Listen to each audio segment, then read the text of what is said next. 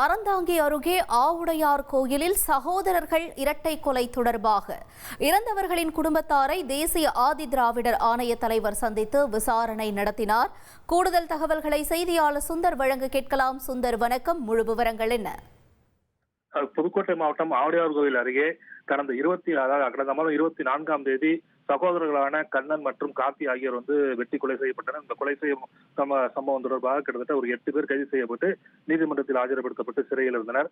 இந்த நிலையில் காவல்துறையினர் இந்த கொலை தொடர்பாக கூறும்போது, அதாவது இருசக்கர வாகனம் விற்பனை செய்ததில் 40,000 ரூபாய் பணத்திற்காக முன்னுரிமை ஏற்பட்டு கண்ணன் மற்றும் கார்த்தி ஆகிய இருவரையும் வெட்டி கொலை செய்து விட்டதாக கூறினார். ஆனால் அந்த குடும்பத்தினர் கண்ணன் கார்த்தி குடும்பத்தினர் இதுல பல்வேறு நபர்கள் சம்பந்தப்பட்டுள்ளதாக தேசிய SC/ST ஆணையத்திற்கு புகார் அளித்தனர். அதன் அடிப்படையில் இன்று புதுக்கோட்டை மாவட்டம் ஆவுடையார் கோவிலில் தேசிய SC/ST ஆணைய தலைவர் கிஷோர் மக்வானா ஆகியோர் தலைமையில் அந்த குடும்பத்தினரை சந்தித்து அந்த பகுதி மக்களிடம் விசாரணை மேற்கொண்டனர். இந்த விசாரணையில் மாவட்ட காவல் கண்காணிப்பாளர் அபிஷேக் குப்தா மற்றும் மாவட்ட ஆட்சியர் அருணா ஆகியோர் உடனிருந்தனர்.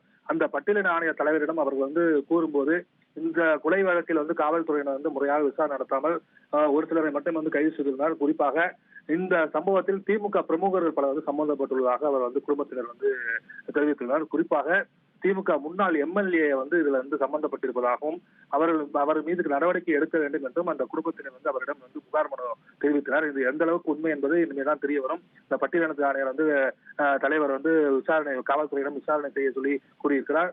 அதன் உண்மைத்தன்மை இனிமேதான் தெரிய வரும். இந்நிலையில் தான் முன்னாள் MLA ஒருவர் இந்த கொலை வழக்கில் சம்பந்தப்பட்டிருப்பதாக அந்த குடும்பத்தினர் குற்றம் சாட்டியிருந்தது பெரும் பரபரப்பை ஏற்படுத்தியுள்ளது.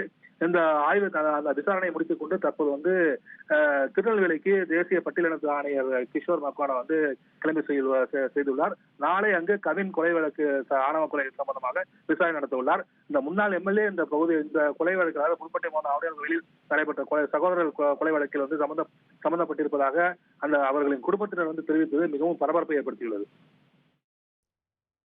தகவல்களுக்கு நன்றி சுந்தர். இனி செல்லும் இடமெல்லாம் செய்தி. தந்தி டிவியின் வாட்ஸ்அப் சேனலை ஃபாலோ பண்ணினா செல்ல இருக்கும் இடமெல்லாம் செய்தி. இதோ QR கோட் இப்பவே ஸ்கேன் பண்ணுங்க, ஃபாலோ பண்ணுங்க.